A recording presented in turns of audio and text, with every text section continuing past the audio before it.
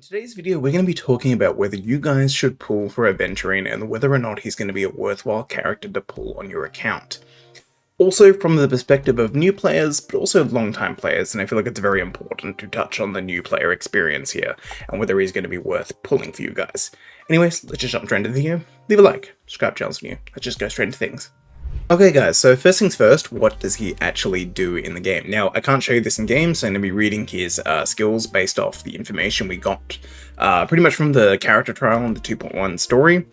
Do keep in mind, some of the numbers may be subject to change here, but they're probably pretty finalized since we actually got to use him in the story. So I'm just going to go over his kit, I'm going to talk about the parts that make it good, and then I'm going to talk about why new players might want to get him, and then long-time players might want to get him. So let's just jump straight into doing that. So his basic attack is pretty simple. It's basically just deals imaginary damage equal to 100% of Adventurine's defense to a single target. Pretty simple, very easy to understand, it's just flat damage, scales off defense. So his next ability is called Cornerstone Deluxe. It basically provides all allies with a fortified wager shield that can block damage equal to 24% of Adventurine's defense, plus 320. Lasts for 3 turns, and while repeatedly gaining fortified wager, the shield effect can stack up to 200% of the shield provided by the current skill.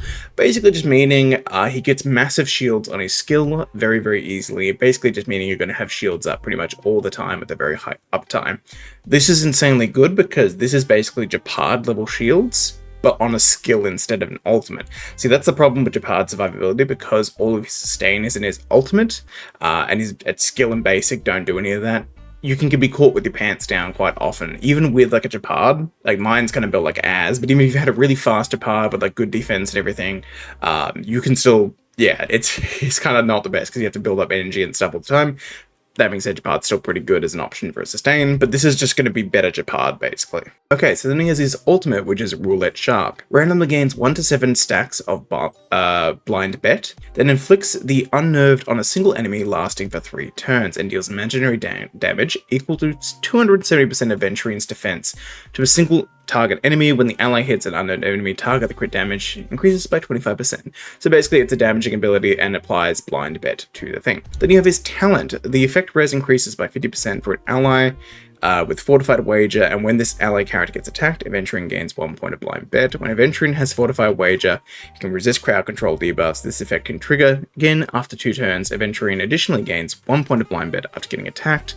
Upon reaching 7 points of blind bet, Adventurine consumes the 7 points to launch a follow-up attack, which does 25% imaginary damage of his defense. To a single random enemy, blind bet is capped at 10 points. So basically he has a follow-up attack and he gets infect res to 1 ally. Truthfully, very, very good kit all around. But the main thing is just going to be his, the 2 probably most notable things of his kit are going to be his skill, and the effect res that you get from that talent is pretty big. And then you have his technique, which is the skill you use before entering battle. After using technique, 1 of the following effects will be granted. There's a chance for defense to increase by 24%. There's a high chance of defense increasing by 36%, and a small chance for defense to increase by 60%. Basically, he will just get a big defense up. When this technique is used repeatedly, the acquired effect will be the highest buff value is retained. When the next battle starts, increase all allies' defense by the corresponding value. So basically, he's just going to give a huge defense buff, including himself, to everyone before the battle even starts, and that's kind of pretty huge. And then he has his traces, which are his major traces, which some of them are pretty damn good.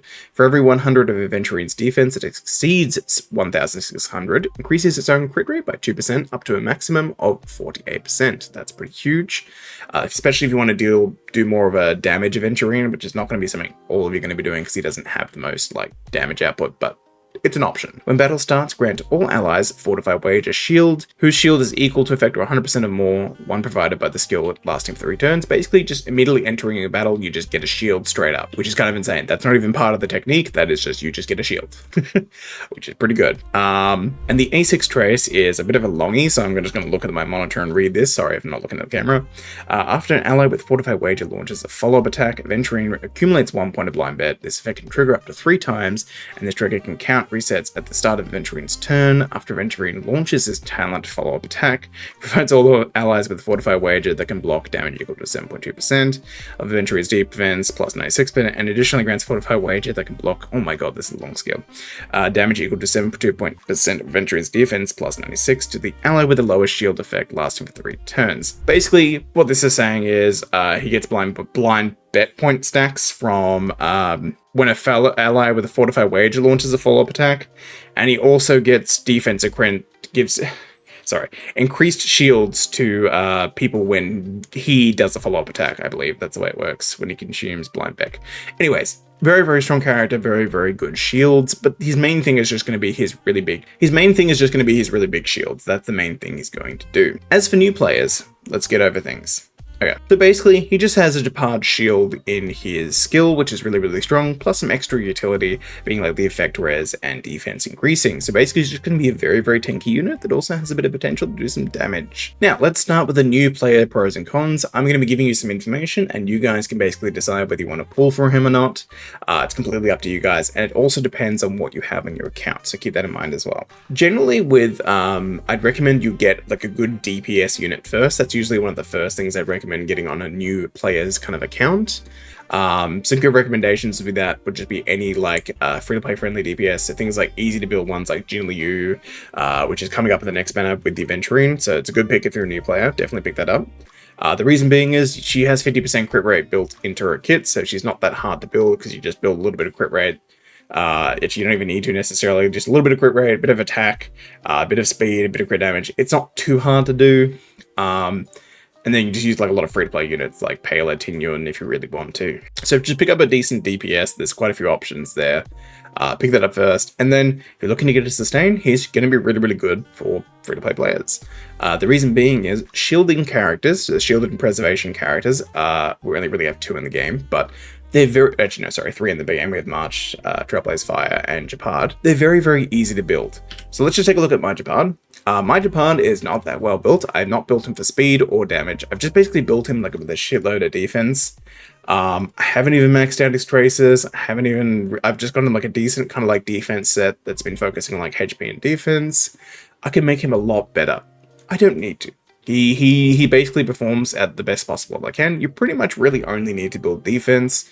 If you want to make him a little bit more better energy-wise for his ultimate, so you're getting your ultimate up more often, you probably want to build more speed and have like an energy regen rope. I don't have one on him at the moment. I probably should, but you can make him a bit better by doing things that way. And if you do decide to get Adventurine and you already have a 𝙀𝙗𝙗 as a relatively new player, you can just take whatever sets you're using and just slap him onto him, and you'll be pretty good. Defense sets are not that hard to build. Also, he's going to have pretty good future-proofing for the game. Shielders are just really strong in general. The only reason they haven't been like as meta relevant is just because 𝙀𝙗𝙗 only has his shield on his ultimate. If it was on his skill, or he had other ways of generating ultimates and had some like utility harmony stuff as well, like Adventurine is going to have, he'd be like tippity top of sustain, but he's just not. But Adventurine is going to be that, so if you're looking for a good sustain unit and you don't already have one, he's going to be a really good choice. In addition to that, there's also a ton of really good free-to-play 𝙀𝙗𝙗 options for defense kind of units. I don't know specifically which ones he's going to end up using. I don't know if I even have the right... Actually, yeah, is this one? Hold on, no, that's the harmony piece. Do I have the defense one? Okay, this one. Even if you're completely brand new to game, you don't have any 4-star relics, you don't have any... Sorry, not relics, sorry. 4-star Lycones, you don't have any 5-star Lycones, you don't have anything at S5, you can literally just try and get this one.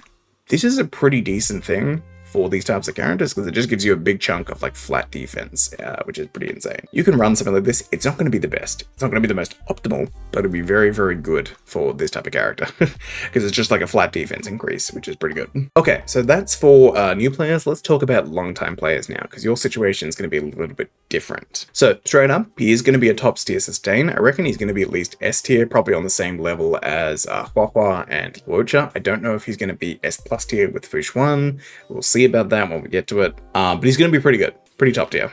Do already have 𝙀𝙗𝙗 as well. He's basically just a straight upgrade because you can basically just take your already built 𝙀𝙗𝙗 and just take everything off him and just slap it onto Adventurine, and it's probably going to work out pretty damn well. So you don't even necessarily need to build new stuff. You just need to get him leveled, his traces and Lycone up. And hell, actually, you can probably even use whatever like the Lycone on Japar. Like, I don't even have his 5-star Lycan. You can probably just chuck this on and it'll be fine. However, there is something to keep in mind if you do have other sustain units as a long-time account. Like, for example, my 2 best sustain units, because I don't have any of the other 5-star sustains. I have 𝙀𝙓𝙋𝘼𝙉𝙿 and I have 𝙀𝙬𝙗. I also have like 𝙀𝙬𝙗, but I don't like using 𝙀𝙬𝙗. But I don't have 𝙀𝙓𝙗, I don't have 𝙀𝙗. I missed out on both of them, unfortunately. In my case, for example, because I have a 𝙀𝙗 and a 𝙀𝙓𝙗, I'm actually going to be getting Adventurine because I want to upgrade my, basically just put 𝙀𝙗 in the backline and use Adventurine because it's just a straight upgrade, basically. So yeah, but if you're in a situation where you have like 𝙀𝙓𝙗, sorry, that's the wrong button, 𝙀𝙓𝙗, and then like a 𝙀𝙗 or a 𝙀𝙗, or even like 3 of the sustains, if you're basically what I'm trying to say is if you have a lot of sustains already, and even if you don't have 𝙀𝙗, he's probably not going to be the best to get, because like he's just kind of like doubling up on things other characters already do. Like, obviously these 2 don't do shields, but they do the same kind of thing in keeping the team alive, and shielders can be better. But honestly, it's really optional. If you have a ton of sustain options already, it's not going to be necessarily required. So do keep that in mind. If you have a lot of sustains in your account, you're not going to be getting a whole lot of value out of him. But at the end of the day, if that's what you want to do, I'm not your boss. If you want to summon for him because you like his character, or you like his kid, or you just want another sustain option, feel free to do so. For long-time players, it's a lot simpler. Like, if you already have sustains, most of you already will. You don't really need him. Anyways, guys, that's basically going to be it for today's video. Hopefully you found that helpful or enjoyable, and now whether you know whether you want to summon for him or not. I'm personally going to be summoning for him because, yet again, my situation with these 2. But yeah, anyways, bye guys, have a good one.